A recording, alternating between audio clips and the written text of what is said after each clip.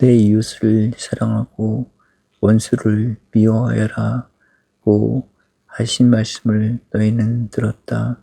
그러나 나는 이렇게 말한다.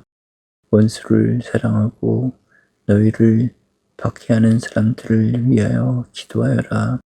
그래야만 너희는 하늘에 계신 아버지의 아들이 될 것이다. 아버지께서는 악한 사람에게나 선한 사람에게나 똑같이 햇빛을 주시고 옳은 사람에게나 옳지 못한 사람에게나 똑같이 비를 내려 주신다. 너희가 자기를 사랑하는 사람들만 사랑한다면 무슨 상을 받겠느냐? 세리들도 그만큼은 하지 않느냐? 또 너희가 자기 형제들에게만 인사를 한다면 남보다 나을 것이 무엇이냐? 이방인들도 그만큼은 하지 않느냐?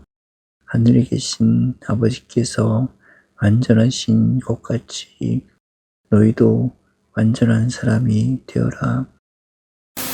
전에 한번 그런 말씀을 들었습니다.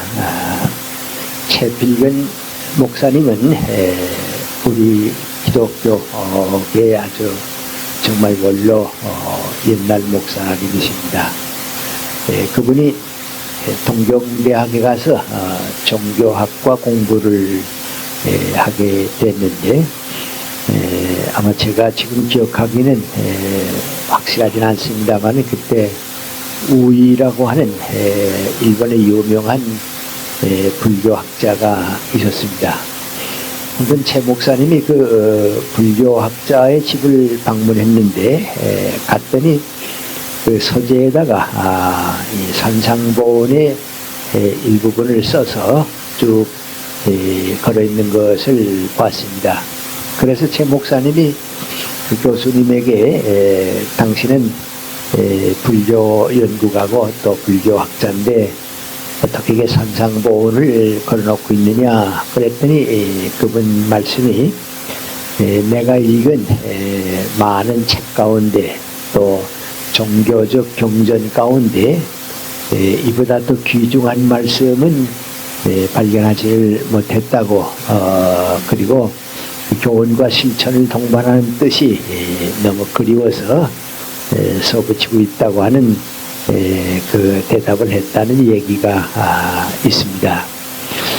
사실 우리는 이 성경 말씀 가운데 마태복음 5장, 6장, 7장에 있는 산 위에서 가르치셨다고 해서 우리 산상보훈이라고 얘기하는데 그 말씀은 언제 읽어도 정말 주님의 말씀이고 하나님의 뜻이다.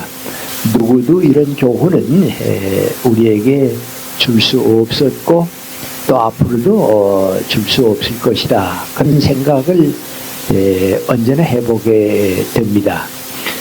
그 말씀만으로도 예수님께서는 하나님의 보내심을 받은 메시지를 우리에게 주신 분이다 하는 생각을 해보게 됩니다.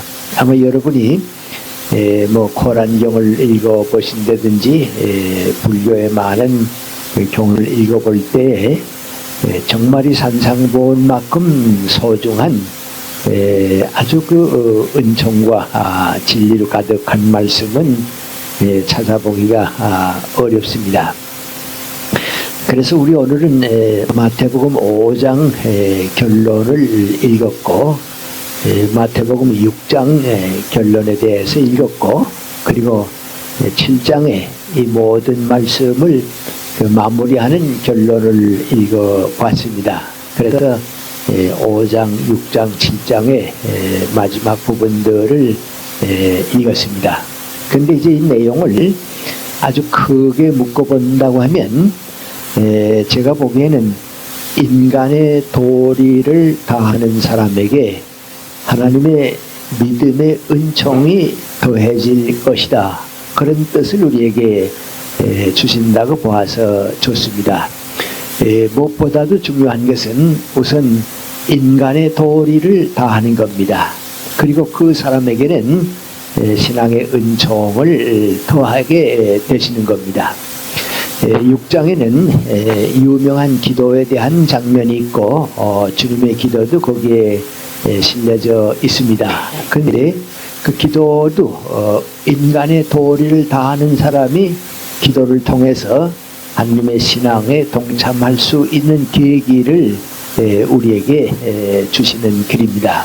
그리고 거기에 나오는 모든 내용들 쭉 읽어보면 인간의 도리를 다하는 것인데 유대교를 믿는 사람들, 구약만을 믿는 사람들에게는 좀 불만스러울지 모르지만은 예수님께서 모세의 율법과 모든 선지자들의 가르침 속에서 인간의 도리와 어긋나는 것을 자꾸 지적해 주십니다.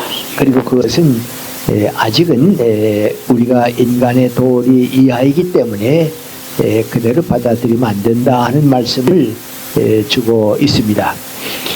우리는 성경 어디에 가든지 요한복음에는 특별히 그렇습니다마는 예수를 잡아 죽이려고 하는 기성 종교의 지도자들이 항상 나타나는데 그 근본을 따져보게 되면 그 당시에 예수님과 이제 적대시하고 있던 제사장, 서기관, 바리새파 사람들 또 율법학자들은 이 구약에 얽매여 있습니다.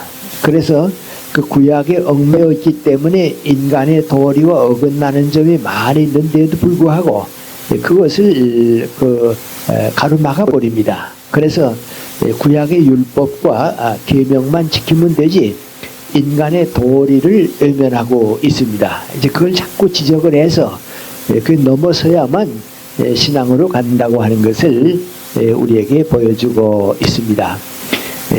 좀 이상하게 들립니다만은 구약과 신약은 우리 뭐 66권이 다 성경으로 되어 있습니다만은 그 구약은 신약을 위해서 있습니다.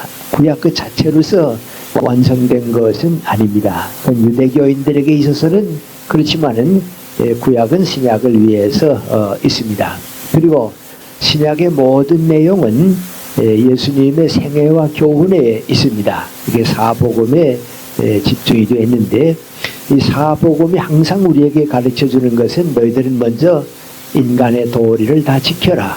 그리고 그 도리를 다 지키게 되면 하나님께서 더 많은 은총을 신앙으로 베풀어 줄 것이다 하는 약속, 그것이 이루어지는 과정이 성경 말씀인 것입니다. 그래서 우리가 아무리 교회 열심히 나가고 신앙생활을 많이 한다고 해도 인간의 도리를 외면하거나 인간의 도리를 포기하게 되면 신앙은 거짓이 됩니다. 위선이 됩니다. 그래서 예수님께서 이 서기관과 바리새파 사람들을 자꾸 책망한 것은 너희들은 율법과 계명을 지키기 위해서 인간의 도리를 외면했고 포기했기 때문에 너희들의 신앙은 거짓이고 위선이 된다고 하는 말씀을 항상 가르쳐주고 있습니다. 그런데 우리가 이제 그걸 깨닫지 못하고 가볍게 보고 있으니까 구약의 계명 율법이나 또 교회의 교리가 이것이 얼마나 인간을 독선적으로 만들고 교만하게 만들고 또 남을 심판하는 과오를 범하고 어떤 때는 다른 사람을 처벌하는 데까지 가는 발언들을 하게 되는데 그것은 인간의 도리와 어긋나는 것은 옳다고 보아서는 안 되겠습니다. 우리는 예를 들어 말하면 마틴 루터가 성경 말씀으로 돌아가고 양심의 자유로 신앙을 받아들이려고 할 때 교리만을 지키면 된다고 믿었던 개톨릭에서 파문에 처하게 됩니다. 그런데 우리가 개신교이기 때문에 우리가 루터를 따르기 때문에 그 파문은 옳지 않았다 그렇게 생각하는 건 아닙니다. 어떤 사람을 파문한다고 하는 것 자체가 인간의 도리와 어긋나기 때문에 그렇습니다. 그건 지금도 우리 어디 가든지 교회에서 그런 걸 많이 발견하게 됩니다. 인간의 도리를 어긋내는 일은 안 됩니다. 그 가운데 이제 가장 강하게 나타나는 것이 이스라엘 사람들은 율법과 계명을 가지고 우리 요사회는 교리를 가지고 독선에 빠지고 교만해지고 남을 심판할 권리가 내게 있다고 어떤 때는 종교재판에서 처벌까지 하는데 그건 인간의 도리가 아닙니다. 또 지금 많이 좋아졌습니다마는 이 천주교와 개신교의 싸움도 이건 인간의 도리는 아닙니다. 기독교의 뜻도 아닙니다마는 인간의 도리는 못 됩니다. 얼마나 많은 과오를 우리 교회가 범했는지 모릅니다. 그것은 인간의 도리를 너무 가볍게 보았기 때문에 우리는 과오를 범했습니다. 그래서 하나님께서 완전하신 것 같이 너희도 완전한 사람이 되라 하는 마태복음 5장의 결론은 인간다움을 잃어버린 사람은 하나님 앞에 믿음의 축복에서 완전해질 수도 없다고 하는 뜻을 얘기하는 겁니다.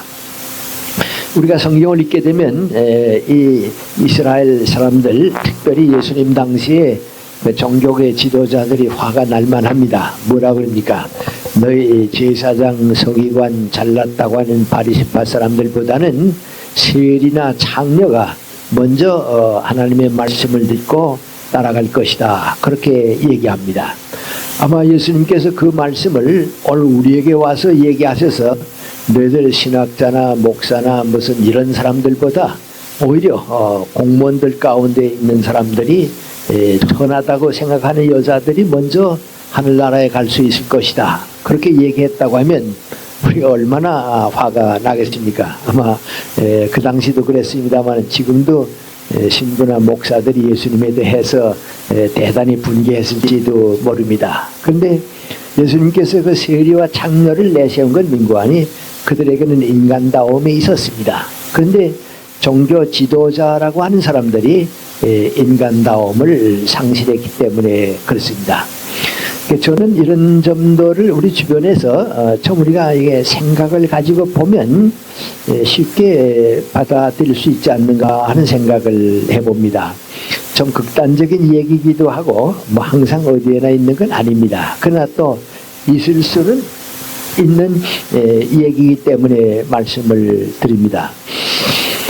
제가 오래전에 어느 장로교회에 다니고 있었는데 거기 집사님 한 분이 참 당신 생각에는 당신이 제일 좋은 믿음을 가졌다고 생각을 합니다.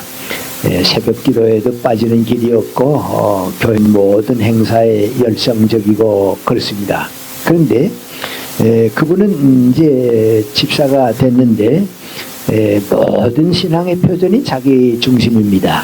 그러니까 목사님 설교도 이건 틀렸고 이건 옳습니다. 어느 장로님은 이래서 좋지 않고 어떤 장로님은 주의를 범하는 때가 있어서 옳지 않고 그렇습니다.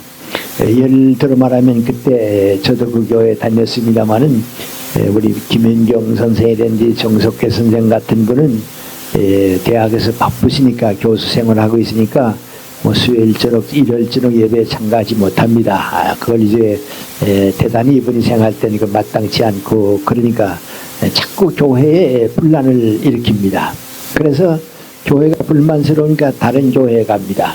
거기 가서 또 그렇게 사니까 또 그 교회에서 좋아하지 않으니까 또 다른 교회에 갑니다. 그래서 심지어는 그 부근 교회에서 아무 집사님이 우리 교회에 오지 않았으면 좋겠다고 할 정도로 자꾸 문제를 일으킵니다. 근데 저도 가까이 지나서 옆에서 가만 봅니다만은 그분은 인간의 도리가 신앙인을 되기 위해서 얼마나 소중하다고 하는 것을 너무 무시하고 있습니다. 다른 사람이 욕하는 것도 마음대로 욕하고 나하고 다르게 되면 안 되고 그렇습니다. 그런 건 옳지 않습니다. 또 한 가지 극단의 이해입니다만은 저도 조금 그 당시에는 충격을 받았기 때문에 하는 얘기입니다.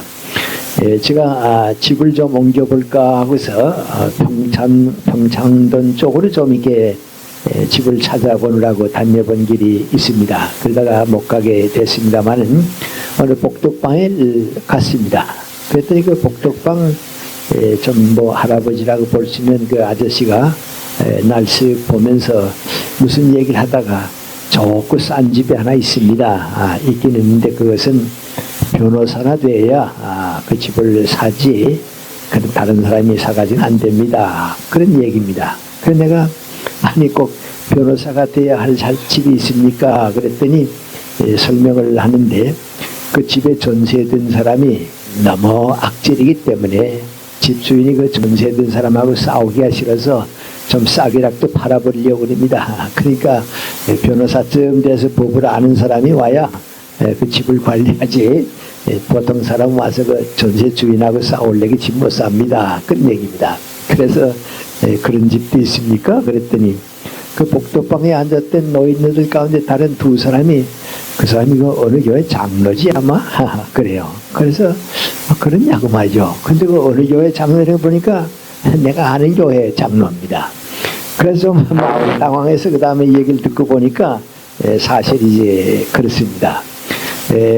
우리가 그렇게 되면 그 인간의 도리를 거부하는 신앙인이 되려고 생각하는데 그건 용납되지 않습니다. 이걸 우리가 여러 가지로 봐야 합니다. 그래서 우리가 이제 정치를 하는데 왜 정치인이 되는 걸 조심스럽게 되고 삼가게 되느냐? 내가 정치인이 됨으로써 인간의 도리를 버리게 된다고 하면 그건 신앙의 길까지 버리게 되니까 그렇습니다.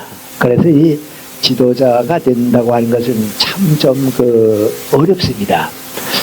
요새 우리 국무총리 되는 분이 좀 이 얘기를 그저 마음대로 합니다. 처음에 총리가 되고서 동아일보와 조선일보 내 손아귀에 있다고도 얘기하고 국회의원들이 질문하는 데 대해서 아주 여러 가지 그저 마땅치 않게 생각하는 얘기들도 있고 그런데 그건 그 총리의 도리가 되느냐 안 되느냐 하는 점도 좀 생각해 봐야 합니다. 상대방이 그러라고 해서 지도자가 그렇게 되는 것은 옳지 않습니다. 예를 들어 말하면 아들이 뭐라고 얘기하는데 아버지가 과도한 욕을 한다든지 손자가 뭐라고 얘기하는데 할아버지가 그렇게 얘기한다고 하면 그건 아버지와 할아버지로서의 위신에 문제가 생길지도 모릅니다.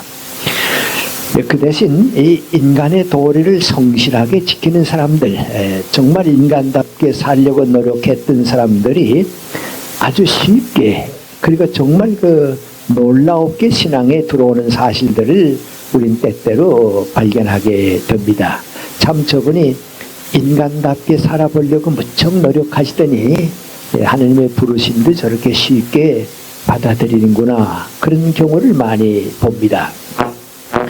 저도 우리 주변에서 여러분이 다 잘 아시는 한 두 분쯤을 지금도 기억하고 있는데 인천 김성수 선생은 여러 가지 면에서 참 지혜를 갖춘 분입니다. 존경받을 만한 분이고 이제 그렇습니다. 그런데 그분이 신앙에 들어오는 걸 가만 보니까요. 그렇게 아주 쉽게 아주 참 어린애같이 성실하게 도웁니다.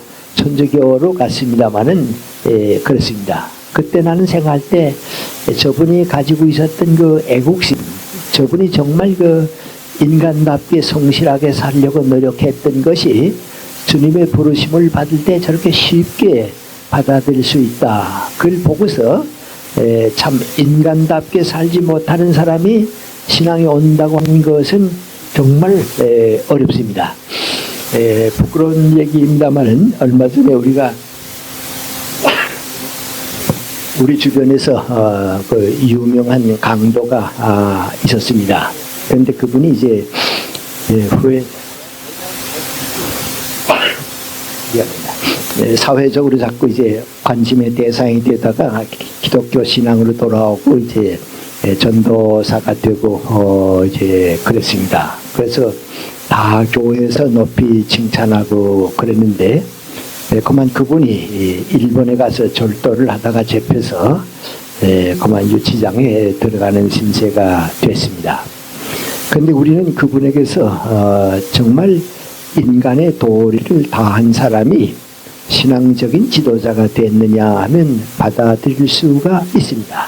그러나 인간의 도리를 다하지 못하는 사람이 신앙적인 지도자가 된다든지 설교자가 된다든지 부흥사가 된다든지 하게 되면 언제나 그것은 어려움을 가져오게 돼 있습니다. 그래서 인간다운 인간이 하나님 앞에서 완전한 인간으로 되어야 합니다. 전 우리 철학과의 선배였던 서울대학의 박종원 교수를 많이 생각해 봅니다만은 정말 교수 생활하면서 무척 성실하게 인간답게 살려고 많이 노력했던 분입니다. 한때는 진리를 위해서 학자가 되기 위해서 기독교 신앙을 받아들일 수 없다고 거절하기도 했던 사람입니다. 그건 당신의 양심의 고백이었습니다. 그런데 그분이 이제 후에 말년에 신앙으로 돌아오는데 아주 쉽게 순수하게 돌아왔습니다. 그래서 교회 나오는 기회는 가지지 못하고 집안에서 세문안교회 강신명 목사님의 인도를 받아서 크리스찬이 되고 세례교인이 되고 세문안교회에서 장례식을 지나게 되고 그랬는데 저는 그분과 오랜 세월을 같이 있었기 때문에 참 인간답게 살려고 노력했다가 주님의 부르심을 받으니까 저렇게 쉽게 부르심을 받는구나 그런 그 생각을 했습니다. 제자들이 그 박종원 교수 얘기를 할 때 그분이 가지고 있던 생각은 성이라고 하는 성자 속자로 완성됐다 그럽니다. 지성성자하고 이룰성자하고 거룩성자입니다. 정말 그 학자로서 지성스럽게 살았는데 마지막에는 주님의 부르심을 받아서 거룩함을 이루을 수 있었습니다. 그래서 지성성, 이룰성, 거룩성 성실하게 살았기 때문에 하느님의 축복을 그렇게 쉽게 받았다고 생각을 합니다. 그래서 우리 마태복음 5장, 6장, 7장을 우리가 공부할 때 인간다움이 무엇인가, 인간의 도리가 무엇인가 하는 거 한번 깨닫고 그 다음에 그 위에 베푸시는 신앙의 은총이 무엇인가 하는 것도 받아들여서 좋을 것 같습니다. 그런데 이제 우리가 무슨 도덕적인 면에서 본다든지 철학적인 면에서 본다든지 우리 인간의 삶을 중심으로 본다든지 성경을 쭉 중심으로 보게 되면 인간다움의 첫째 길이 무엇인가 할 때 성실하고 항상 더 높은 삶을 추구해가는 자세입니다. 사람이 성실하다고 하지만 그걸 잃어버리게 되면 우리는 그 신앙으로 갈 길을 잃어버리게 됩니다. 전제 가까운 친구인 안병우 선생하고 자주 만나고 얘기하고요. 며칠 전에도 어디 같이 가연에 갔다 만나고 그랬는데 그분은 참 그 성실을 대단히 소중히 여깁니다. 그리고 그것은 옳습니다. 동양의 사상이 다 그렇습니다. 그런데 그 성실은 신앙으로 들어가는 현관입니다. 우리가 신앙에 들어가려고 할 때는 성실이라고 하는 현관을 통해서 신앙의 집에 들어가게 됩니다. 그 성실은 끝없는 노력입니다. 항상 자기 반성에서 옵니다. 그러나 일단 신앙에 들어가게 되면 그건 은총입니다. 그렇기 때문에 성실이라고 하는 현관을 통해서 은총과 믿음의 집에 들어가게 되는 겁니다. 성실하지 못한 사람이 신앙의 부르심을 받은 길은 없습니다. 그건 성실하지 못하다고 하는 것은 거짓으로 사는 사람들입니다. 그런 사람들은 이기적인 사람들입니다.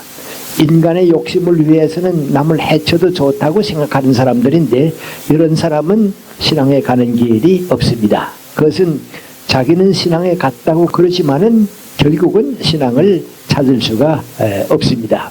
그래서 성실은 신앙으로 들어가는 현관입니다. 저는 자주 여러분에게 말씀드릴 때 정의는 사랑으로 들어가는 현관이어야 한다고 하는 얘기를 했습니다. 기독교에서 정의가 뭐냐 하면 인간에 대한 책임입니다. 인간을 섬기려고 하는 하나의 과정이 정의입니다. 그래서 정의라고 하는 현관을 통과하지 않고는 하나님의 사랑에 들어갈 수가 없습니다. 그래서 사랑을 무조건 받아들인다 하는 것은 아닙니다. 그것도 하나의 인간의 도리입니다.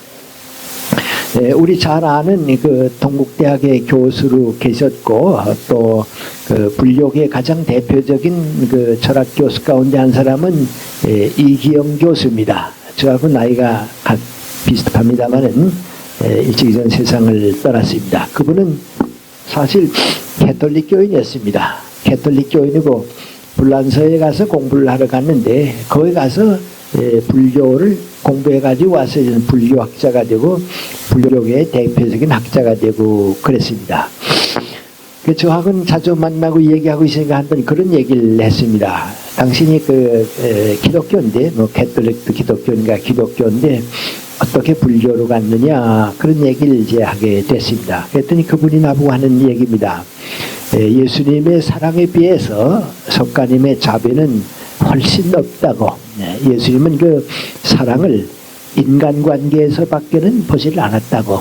근데 석가님은 그 사랑을 뭘로 보는 거 아니 모든 생명으로 봤다고. 그러니까 예수님의 교훈은 인간 사회에 국한되는데 석가님의 그 교훈은 우주적이라고 말이죠. 훨씬 높다고. 그래서 불교는 기독교를 포함할 수가 있지만은 기독교는 불교를 포함할 수가 없다고 그럽니다. 아마 그건 이경 교수만 아니고 불교를 믿는 사람들이 다 그렇게 생각할 겁니다. 하고 그분은 캐톨릭에서 쭉 자랐으니까 나보고 하는 말입니다. 그래서 예수님은 살아계실 때 책망을 많이 했다고 말이죠. 욕을 많이 했다고. 헤롯 왕 보고서 여우 같은 사람이라고까지 그랬으니까 책망을 많이 했는데 석가님은 그게 없다고 말이죠. 그래서 그 자비로움에 이제 동참하게 됐다 하는 그 얘기입니다. 나도 그 점은 받아들여서 좋습니다. 요새 그런 점으로 가는 면도 많이 있고 슈바이처 박사 같은 분이 그런 면으로 가고 있는데 제가 그건 그럴 것 같다고. 근데 나는 석가림의 교훈이 그렇게 좋긴 좋은데 내가 또 받아들이는 게 있는 거 아니 예수님은 인간과 인간 사회를 내가 보기에는 석가림보다 훨씬 사랑했다고. 인간이 인간답게 살기 위해서는 정의가 무엇인가 하는 것을 가르쳐야 했다고 말이죠. 그저 사랑을 이렇게 두루뭉실 묶어놓으면 인간이 행복해지지도 못하고 자유로워지지도 못하고 하나님 앞에 갈 길은 없고 철학적으로 만족할 수는 있지만은 인간다움은 못 찾는다고. 그래서 예수님께서는 정의와 사랑을 함께 얘기했다고 말이죠. 인간을 통한 우주를 생각하고 인간애가 연장돼서 생명애로 갔지 생명애라고 하는 걸 이렇게 크게 감싸가지고 인간애를 그게 가운데 두질 않았다고 말이죠. 그래서 나는 오히려 우리가 인간일 때는 석가림보다는 예수님한테 더 가까워지지 않는가 하는 생각을 가진다고. 왜냐하면 불에 대해서 싸우지 않고 악에 대해서 싸우지 않고 그냥 사랑만으로 이루어지는 거 이건 우리의 관념이지 철학이지 역사적 현실은 아니라고 그랬습니다. 아마 비슷한 얘기는 우리 주변에서 나옵니다마는 우리 철학과에 구본명 교수라고 동양철학을 강의하는 분이 있었습니다. 그분이 우리 학교에 올 때 우리 학교에서는 동양철학 하는 분이 크리스찬이 적으니까요. 크리스찬이 아니라고 해서 걱정도 하고 그랬는데 제가 좀 적절 앞을 나서서 내가 과외에 있고 그러니까 이제 모시도록 해서 왔습니다.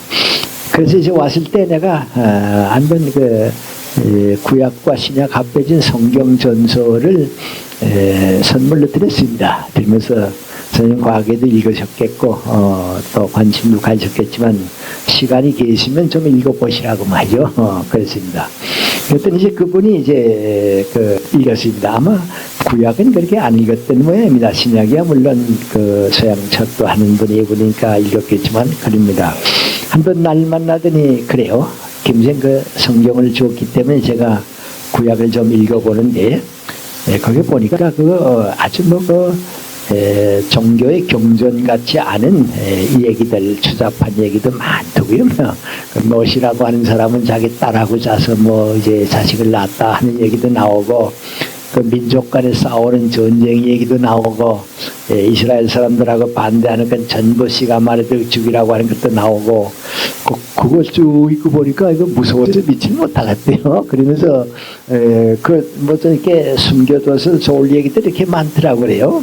그래서 내가 아마 그랬을 거라고. 그런데 이 기독교가 역사 종교이기 때문에 불교하고는 다르다고 또 유교하고도 다르다고 논어에는 그런 게 적고 불교는 그런 얘기를 안 하는데 기독교는 역사 종교이기 때문에 역사 속에 있었던 모든 사실 가운데 옳은 일과 잘못된 일 또 선한 일과 악한 일 또 정말 부끄러운 일과 또 칭찬받을 일들이 다 있다고.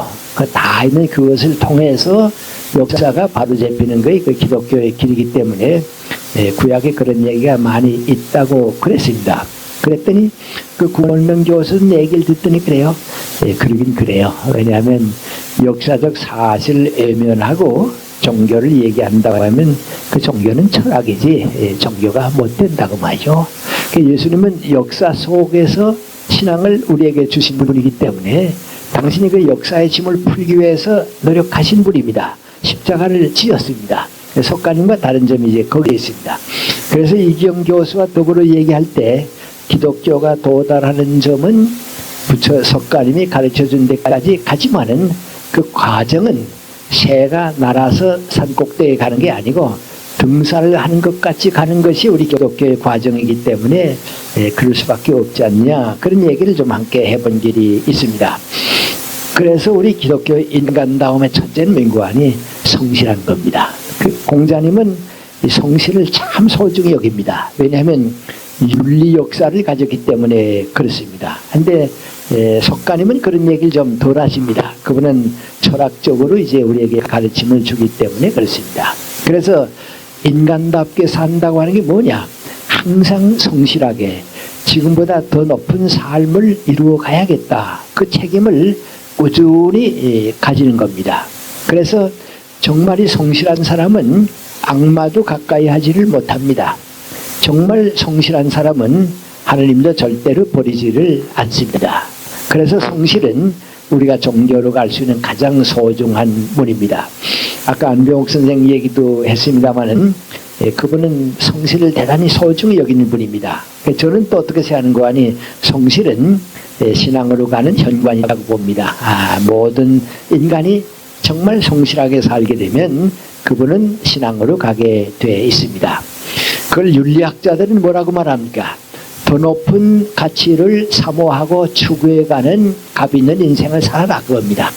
오늘로 만족하지 말고 더 귀한 것, 더 값진 것, 더 영원한 것을 항상 찾아가라 말이죠. 또 진실을 사랑하고 찾아가는 마음입니다. 언제나 거짓을 버리고 진실이 무엇인가를 찾아가는 태도입니다. 그리고 교만을 버리고 겸손해지는 태도입니다. 성실한 사람은 절대로 교만해지지를 못합니다. 내 부족을 알기 때문에 항상 겸손하게 사는 겁니다. 하고 성실하게 산다고 하는 것은 어떤 고정관념이나 선입관념에 붙잡히지를 않습니다. 그래서 우리가 성실은 인간다움의 가장 기초가 되는 가장 소중한 것입니다. 그리고 여러분은 우리가 이제 일상생활 할 때 많은 사람들을 만나봅니다. 이렇게 많은 사람 만나보게 되면 참 그 고마운 분이다, 존경할 만한 분이다 하는 사람이 있습니다. 그건 정직하려고 애쓰는 사람입니다. 겸손한 위치에서 자기를 찾는 사람입니다. 언제나 나는 부족하기 때문에 더 높은 것을 찾아가야겠다고 하는 생각입니다. 또 정치를 하는 사람들이 내 고집이나 내 주장을 내세우지 말고 국민에게 봉사하겠다고 하는 생각을 가진 사람이 성실한 사람입니다. 좀 미안한 얘기입니다만은 공산주의를 반대하는 큰 이유가 하나 있습니다. 공산주의를 반대하는 이유는 어떤 공산주의 지도자들에게도 성실성은 없습니다. 겸손이 없습니다. 내게 부족함이 있다고 하는 생각을 못 가지고 있습니다. 공산당에서 결정하게 된 건 절대라고 생각을 하고 있습니다. 그래서 우리가 성실하고 더 높은 삶을 위해서 항상 노력하는 것은 마치 베드로가 바닷물에 빠져서 주님 제가 물에 빠져 죽겠습니다 했을 때 예수님께서 건져주셨다고 하는 성경 말씀과 마찬가지로 성실한 사람은 항상 한 손을 내밀고 더 영원한 것, 더 값 있는 것, 더 참다운 것을 찾아가는 손을 들고 사는 사람이기 때문에 예수님께서 그를 붙들어 주십니다. 마태복음 5장 6장에 나오는 말씀들이 전부 그런 뜻을 가지고 있습니다.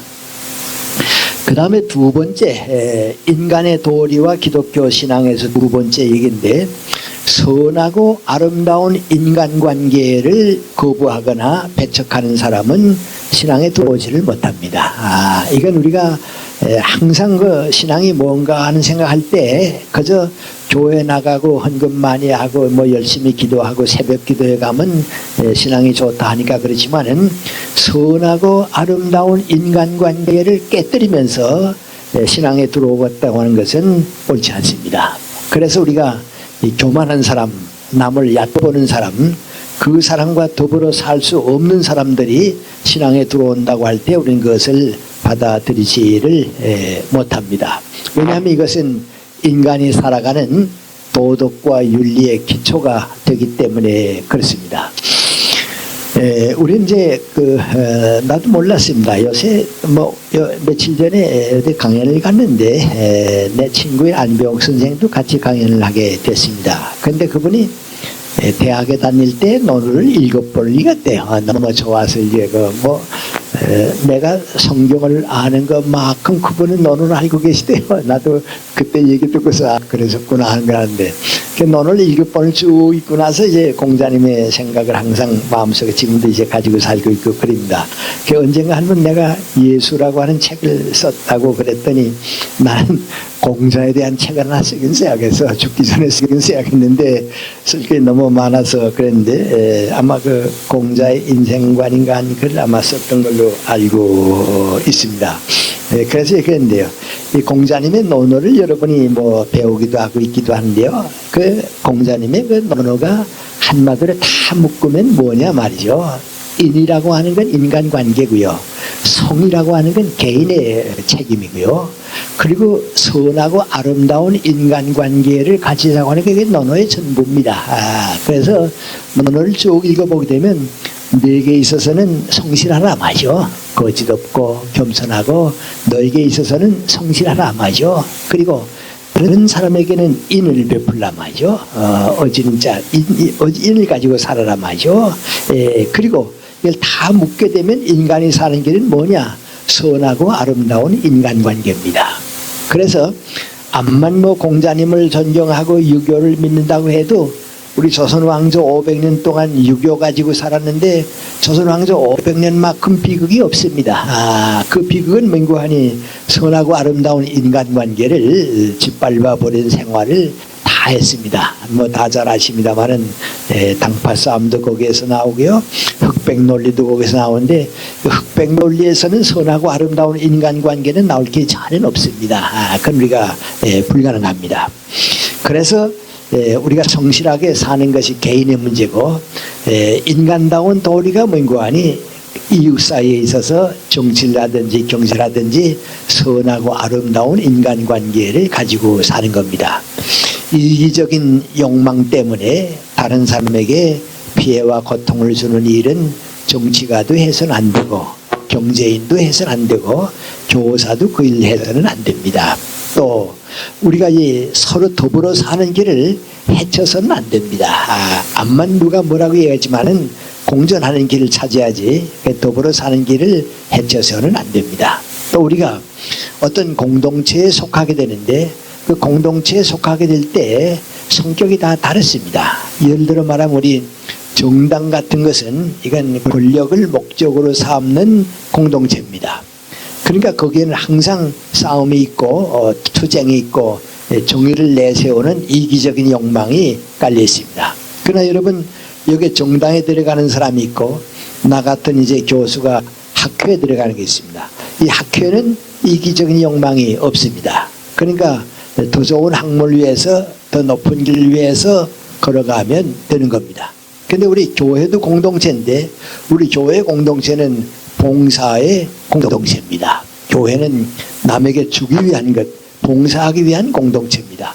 그러니까 여러분 정당의 공동체는 싸워 가지려고 하는 공동체입니다. 학회 같은 공동체는 더불어 도움을 주려고 하는 겁니다.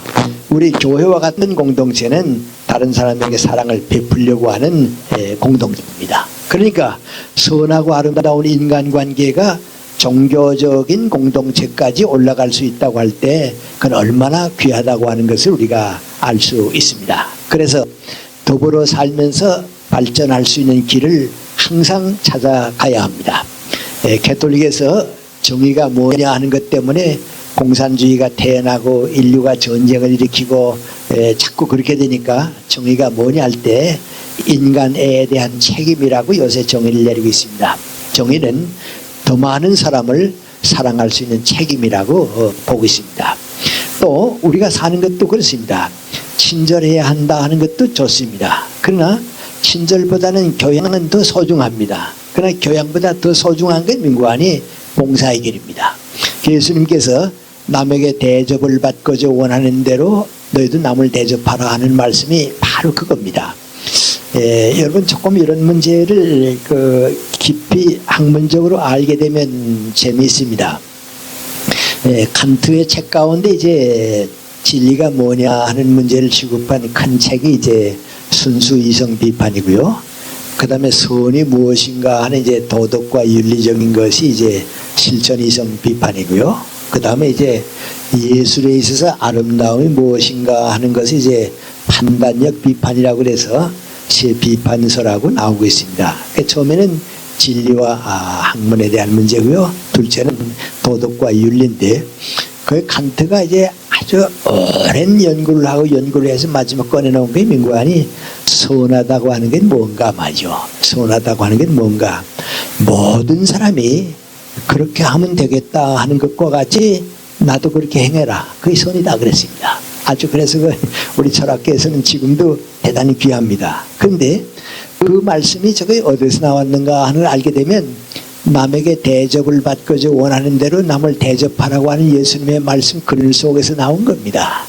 그래서 미안합니다. 어떤 사람들이 이제 다운즈라고 하는 물리학 노벨 물리학상을 받은 사람이 이제 그런 얘기를 하는데요. 과학자가 어떤 그 가상을 내놓는 것 같이 뭐 또 이제 예술가가 어떤 그 아름다움의 그 이상을 내놓는 것 같이 종교가는 인류의 희망과 인류가 가야 할 가치를 제시해 주는 사람이라고 말이죠. 예를 들면 이제 아인슈타인의 상대성 원리 뭐 이제 거의 자꾸 연장돼서 이제 핵물리까지 나오지 그렇게 되는데 그런 과학의 원리를 찾을 때 이럴 것이다, 이것이 있을 것이다 하는 가상이 나옵니다. 그 다음에 이제 오래 걸려서 수학으로 그걸 풀어냅니다. 그러면 맞는다 말이죠. 그 다음에 물리학 실험실에서 그걸 자꾸 실험을 해서 결과를 내놓습니다. 그러면 됩니다. 그러니까 직관력이 있고 수학이 그걸 풀어나가고 마지막에 현실에서 그것이 입증되게 됩니다. 그 사람이 얘기는 민구안이 종교도 그렇단 말이죠. 위대한 종교의 천재들이 인류는 이렇게 살아야 한다는 희망을 준다고 말이죠. 그리고 우리 모두가 그걸 찾아가서 그걸 이루어 놓는다고 말이죠. 그래서 종교는 우리에게 그 천재와 같은 희망을 우리에게 주는 것이다. 이제 그렇습니다. 그런데 예수님께서 남에게 대접을 받고자 원하는 대로 너희도 남을 대접하라. 그 말씀은 칸트가 몇십 년 연구한 철학보다는 귀합니다. 아주 쉽게 귀합니다. 그래서 우리가 예수님의 말씀 아주 귀하게 생각하는 겁니다. 많은 사람이 그렇게 원하는 것 같이 너도 그렇게 행해라. 그게 아주 인간이 사는 윤리적 규범이다. 칸트가 그 아주 수십 년 연구해 가지고서 그걸 떡 내놓았는데 쇼팽하울 같은 철학자는 그걸 읽고 보고서 뭐라 하는 거 아니 그게 되나? 그렇습니다. 예를 들어 말하면 거짓말하지 말아라 하는 건 모든 사람에게 다 주어진 건데 환자가 의사 보고 묻기를 내 병이 죽을 뼈이니까 그랬을 때 거짓말하면 안 된다고 해서 오래 가면 한 달 가고요. 막 가면 2주 가겠습니다. 그런 정직은 없다고 말이죠. 그런 정직은 없다고 말이죠. 근데 인간에 대한 것이 정직보다는 훨씬 큽니다. 그래서도 뭐 칸트의 철학과에서 공부하기도 하고 강의를 하기도 하고 그러면서 느끼는데 뭐 인간이 학생들에게 그 얘기는 안 합니다만은 남에게 대접을 받고자 원하는 대로 남을 대접해라 하는 말씀은 칸트가 몇십 년 연구한 것보다도 귀합니다. 그게 선하고 아름다운 인간관계입니다. 서로가 행복해져야 합니다. 그리고 모두가 선하고 아름다운 인간관계를 가지고 사는 길입니다. 그것을 위해서 노력하는 사람, 그것을 위해서 애쓰는 사람, 그 사람에게는 하나님께서 은총의 축복을 베풀어 주시게 되는 겁니다. 정당도 교회와 같은 공동체의 성격을 가질 수 있어야 합니다. 그리고 모든 경제단체도 종교적인 목적과 의미를 가지고 있을 수 있을 때 우리 인간사회는 행복을 가지고 개인은 보람을 느끼면서 살게 되는 겁니다. 그래서 우리는 성실하고 더 높은 삶을 찾아가려고 하는 자세, 그거 없이는 신앙은 우리에게 주어지지 않습니다. 그리고 선하고 아름다운 인간관계를 가지고 사는데 나를 위해서 이기적인 삶이 아니고 더불어 살고 남을 위해서 살겠다고 하는 생각을 가질 때는 예수님께서 언젠지 모르게 내 옆에 와 계십니다. 그게 중요합니다. 저는 그런 생각을 해봅니다. 목사님이 한참 열심히 설교를 할 때 예수님이 그 옆에 계신다, 그렇게는 생각이 잘 안 됩니다. 나는 이게 뭐 좀 미안합니다만 우리 신학생들이 그런 얘기합니다. 이상하다고. 신학교에 가게 되면 설교학 교수가 있습니다. 설교를 이렇게 해야 한다 하는 이제 교수가 있는데요. 설교학 교수 설교 잘하는 거 한 번도 못 봤다는 말이죠. 그 교수 설교 못한다 말이죠. 왜요? 알맹이가 빠져 있으니까 그렇습니다. 그래서 뭐 이렇게 사랑을 얘기하고 뭐 불교에서 자비를 얘기하는 사람한테는 예수님도 옆에 안 계시고 석가님도 옆에 안 계십니다. 그러나 내가 어떻게 저 사람을 사랑할 수 있을까? 저 사람을 기쁘게 해줄 수 있을까? 저 사람에게 봉사를 베풀 수 있을까 할 때는 주님은 바로 그 옆에 오십니다. 불교의 석가님도 바로 그 사람이 옆에 가십니다. 그렇기 때문에 조금이라도 다른 사람에게 도움을 주고 봉사하고 선하고 아름다운 인간관계를 이끌어가려고 할 때 예수님께서 옆에 오시게 되는 겁니다. 그 다음에 세 번째로 좀 더 사회적인 면입니다. 첫째는 개인이고요. 그 다음에는 이제 공동체 속에서 문제고요. 세 번째는 이제 우리 민족과 역사가 가는 길인데, 우리 민족과 역사가 가는 길 속에 인간의 도리를 다한다고 하는 게 민관이 휴머니즘에 사회적으로 구현될 수 있도록 노력하는 겁니다. 더 많은 사람이 자유롭게 행복하게 살 수 있는 사회를 항상 위해서 기도하고 노력하고 그 뜻을 채워주려고 노력하는 것이 인간답게 사는 길의 하나의 뜻입니다. 다시 말하면 자유가 더해지기 위해서 다른 사람에게 자유를 베풀고 또 그 사람에서 내 자유를 받으면서 사는 생활, 이건 자유를 싸워서 빼앗아야 한다고 하는 세상의 정치화의 이론하고는 다릅니다. 나는 그 사람의 자유를 인정해주고 그 사람은 내 자유를 인정해줍니다. 혹시 여러분이 그 좋은 아버지가 되어보세요. 좋은 어머니가 되어보세요. 애들이 하는 일이 마땅치는 않습니다. 아들, 딸들이 하는 일이 마땅치는 않습니다. 그래도 속으로 어떡합니까? 그래, 한번 고통을 겪어보면, 한번 어려움을 겪어보게 되면 그것이 옳지 않다고 하는 것을 내가 언젠가 깨닫게 되리라. 그 깨닫게 될 때까지는 기다려줍니다. 그것이 민관이 자유를 키워주는 겁니다. 그 자유를 억압하기 시작할 때는 그건 부모의 도리가 아닙니다. 그래서 자유가 서로 위해주는 마음, 자유를 서로 도와주는 마음에서 인간의 도리를 사회에서 찾아가려고 하는 노력입니다. 요새 우리가 좀 그 신문에도 번거로운 얘기 많이 있고 그렇습니다. 전 지금도 조금 어려움을 좀 느끼고 있는데, 동의대학에서 이제 경찰관들이 학생들 데모를 막기 위해서 올라갔는데, 그 위층에 올라가 있는 경찰관들을 알고서 학생들이 휘발유인가요? 불을 갖다 놓고 불질러서 경찰관이 여러 명 그만 불타서 죽게 됐습니다. 근데 그거 이제 일반 사회에서는 뭐 경찰이든지 학생이든지 내 아들이다, 내 동생이다, 내 오빠다, 그렇게 생각하면 방화를 해서 죽은 사람이 학생이었든지 경찰이었든지 그건 인간의 도리가 아닙니다. 암만 뭐 데모를 하고 막는다고 해도 그걸 불질러서 불태워 죽였다고 하면 그건 인간의 도리는 아닙니다. 그래서 이제 오랫동안 우리 사회에서는 민관이 그건 학생들의 잘못이다 말이죠. 그건 학생들의 잘못이다. 그리고 왔는데 김대중 대통령 때 그걸 거꾸로 가지고서 그 학생들 갖다가 옳은 일을 했다고 해서 민주주의를 위해서 투쟁했다고 해서 그만 그쪽을 들어주고 경찰관을 그만 그건 잘못이라고 해버렸습니다. 그러니까 이번에 그 가족들이, 유가족들이 헌법재판을 냈습니다. 그런데 헌법재판에서는 민관이 피해를 입은 당사자가 내지 않는 소송은 헌법에서 받아들일 수 없다 해서 기각을 했습니다. 그러니까 모든 경찰관들을 비롯한 공권력을 인정하는 사람들에게는 그런 부분이 있을 수가 없다고 말이죠. 그럴 수가 없다고 그럽니다. 만약에 누가 나보고 묻기를 그럼 당신은 어떻게 생각하냐 그러면 그 학생들이 한 일은 그 인간의 도리가 아닙니다.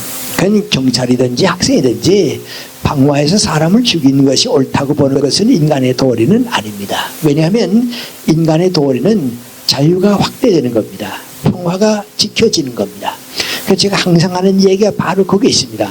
공산주의와 우리 친북 좌익 사상을 반대하는 이유가 민구하니 그 사람들은 평등을 위해서 정의가 있고 평등으로 가면 모든 게 다 된다고 봅니다. 그런데 우리 자유민주주의는 그렇지 않습니다. 자유를 먼저 인정해주고 그게 사랑이 가서 평등은 이루어진다고 보는 겁니다. 그러니까 평등, 정의, 평등으로 가는 사회가 아니고 자유, 사랑, 평등으로 가는 사회가 자유민주주의입니다. 그런데 지금 역사 속에서 어디가 남았느냐? 역시 사랑이 있는 것이 남았습니다. 그것이 인간의 도리입니다. 이번에 보궐선거가 있었는데 네 곳에서 다 그만 여당이 그만 이게 패했습니다. 그런데 저도 뭐 그저 국민의 한 사람으로서 관심을 가지고 있는데 국민들이 이번에 그 선거에 이런 결과를 가져오게 된 거에 무엇을 원했느냐? 여러 이론들을 다 조사해 보니까 말이죠. 이데올로기 때문에 이렇게 뭐 투표가 왔다 갔다 한 건 적은 것 같아요. 강정구 교수가 뭐 만경대 정신 어떻고 뭐 그것도 다 국민들은 애변한 걸로 나왔어요. 그건 뭐 그 사람이 떠드는 거지 뭐 그것 때문에 아니다. 단지 그러면 뭐 있느냐 말이죠. 자유와 평화를 지키는 길을 선택했다 말이죠. 네, 자유와 평화를 지키는 길을 선택했다. 그것이 이번 우리들의 선택이다. 그렇게 보는 거 봅니다. 예를 들어 말하면 정권이나 정책의 가치보다도 인간의 가치를 찾으려고 하는데 자유민주주의가 더 가깝고 시장경제가 더 열린 사회를 가져오기 때문에 그걸 택한 것 같이 보입니다. 그리고 내가 보기에는 제일 큰 장점을 가진 건 울산입니다. 울산 거기에는 제가 바로 그 구에 그 구민들 위해서 강연을 가서 알고 있습니다. 우리나라에서는 유일하게 그 구청장입니다. 구청장도 노동조합에서 나왔습니다. 그리고 국회의원도 노동조합에서 나온 게 바로 그 울산 그 구역입니다. 제가 거기 가서 이제 봤는데요. 근데 거기 이번에 그 많이 뒤집혔습니다. 그 왜 뒤집혔느냐?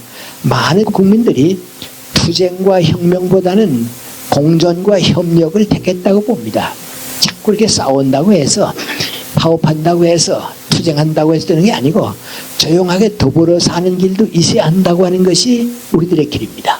그리고 이번에 선거에서 제일 크게 나타났다고 하는 것은 전 시간과 우리 나라 일이니까 좀 지나치게 걱정하는 것 같긴 합니다만 또 나라를 걱정하지 않으면 안 됩니다. 왜냐하면 여러분 이승만 박사 때 우리가 조금만 더 노력했으면 4.19와 같은 많은 희생을 안 냈거든요. 그리고 6.25 전쟁도 우리가 국제적으로 조금 더 현명했다고 하면 6.25 전쟁의 비극을 막아서 했거든요. 그걸 못 막았거든요. 지금 되는 정치도 그대로 내버려두게 되면 그 결과가 어떻게 될까 하는 데 대해서 우리가 무책임해서는 안 됩니다. 그래서 제가 지금까지 드린 말씀인 거 아니 지금 노무현 대통령을 지지하고 있는데 두 세력이 있습니다. 하나는 중도 좌파입니다. 김대중 대통령의 계승을 쭉 하는 중도 좌파가 지금 노무현 대통령을 지지하고 있고 그 다음에는 민관이 친북 좌파입니다. 북한 정권과 가까워져 가지고서 친북 좌파가 또 노무현 정권을 지지하고 있는데 이번 선거에서 나타난 결과는 노무현 대통령에게 우리가 요구한 겁니다. 친북 좌파를 떠나서 중도 좌파로 와달라 그겁니다. 당신이 무슨 그 중도 좌파를 우리가 반대 안 하는데 김대중 대통령도 우리 반대 안 했는데 친북 좌파를 떠나서 중도 좌파로 와달라. 그것이 우리의 요청입니다. 그러니까 노무현 대통령이 이제 이 선거를 겪은 다음에 어디를 택하느냐. 이해찬 총리와는 끝까지 일하겠다 하는 거 보면 좀 그 이해찬 총리는 총리 되기에는 좀 이렇게 좀 점잖았으면 좋겠어요. 그 얘기하는 걸 보면요. 총리는 그렇게 얘기하는 게 아닙니다. 그래서 하여튼 그건 그렇고요. 만약에 노무현 대통령이 그대로 친북 좌파를 밀고 나가게 되면 이 당은 분열될 겁니다. 중도 좌파는 떨어져 나올 겁니다. 왜냐하면 다음번에 국회의원 출마해가지고 당선될 곳이 없습니다. 강남지방 잔뜩 욕해가지고서 강남에서 당선이 되겠어요? 그러니까 떨어져 나올 겁니다. 그리고 우리 국민들도 그렇습니다. 지금 우리가 노무현 대통령 우리가 뽑은 대통령이기 때문에 그건 무조건 뭐 나쁘다 하는 게 아니고요. 당신이 이번 선거, 여전 선거를 통해서 친북 좌파를 멀리하고 중도 좌파를 택했다고 말이죠. 그리고 경제를 열중하고 우리 다 협력하고 그래 남은 2년 반을 나라의 공백기를 만들면 안 되지 않겠냐 말이죠. 그겁니다. 근데 그거이 제가 보기에는 민관이 인간의 도리입니다. 국민의 도리입니다. 자유와 평화로 갈 수 있는 길입니다. 이제 이런 노력을 개인과 공동체와 국가와 민족 역사에서 택하려고 할 때 주님께서 우리에게 약속해 주십니다. 그 민관이 너의 그러한 성실한 노력, 이웃을 위해서 더불어 살고 봉사하려고 하는 정성, 국가와 민족을 위해서 자유와 평화를 사랑하는 마음이 있을 때 내가 너희들을 축복해 주겠다. 내가 너희들과 더불어 함께 해주겠다. 내가 너희 민족과 국가의 장래를 번영스럽고 영광스럽게 해주겠다. 이스라엘 사람들은 그걸 버리고 떠났지만은 너희가 그걸 택할 때 내가 옛날에 이스라엘 백성을 사랑한 것 같이 너희들도 사랑하겠다. 그러기 위해서 너희는 원수도 사랑하고 항상 기도하고 재물은 하늘나라에 쌓아두고 사랑으로 완성하는 개인들이 되고 사회를 만들라고 부탁하는 겁니다. 여러분 그것이 우리의 희망입니다. 그리고 주님께서 이 어려운 시대를 살고 있는 우리들에게 주시는 약속이기도 하고 그렇습니다. 그래서 다시 한번 인간의 도리와 주님께서 우리에게 주신 기독교 신앙의 은총을 함께 받아들일 수 있는 책임을 우리 모든 크리스찬들이 감당해야 하겠습니다. 기도드리겠습니다. 주님, 우리들 자신이 내 생명과 내 인생을 사랑하고 있고 또 그 책임은 주님께서 맡겨주신 것입니다. 내 가정을 위하고 직장을 위하고 이웃과 더불어 자유와 행복과 보람을 느끼면서 사는 것도 주님께서 우리에게 축복해 주신 인간의 도리입니다. 그것을 어긋내고 그것을 짓밟으면서 주님의 뜻을 기다린다고 하는 것은 아무리 교회에 열심히 나간다고 해도 옳지 않습니다. 그건 주님께서 원하시는 길이 아닙니다. 또 우리가 민족과 국가를 위해서 완전하지는 못하지만 더 하늘나라에 가깝고 주님께서 원하시는 뜻에 좀 더 가까운 정치가 되고 경제가 되고 사회가 되기를 원하기 때문에 버릴 것을 버리고 택할 것을 택하고 반대할 것도 있고 적극적으로 우리가 참여할 것도 있고 그렇습니다. 주님 이 모든 것이 인간의 도리에서 합당하거든 주님 우리 민족을 신앙으로 감싸주시고 사랑으로 이끌어주시고 은총 속에 우리 민족에게 평화로운 통일도 주시고 모든 민족 앞에 옛날 이스라엘 민족이 하나님의 사랑을 받았던 것보다도 더 큰 사랑을 받을 수 있는 우리 한민족이 되게 도와주시옵소서. 예수님의 이름 받들어 기도 올리옵나이다. 아멘.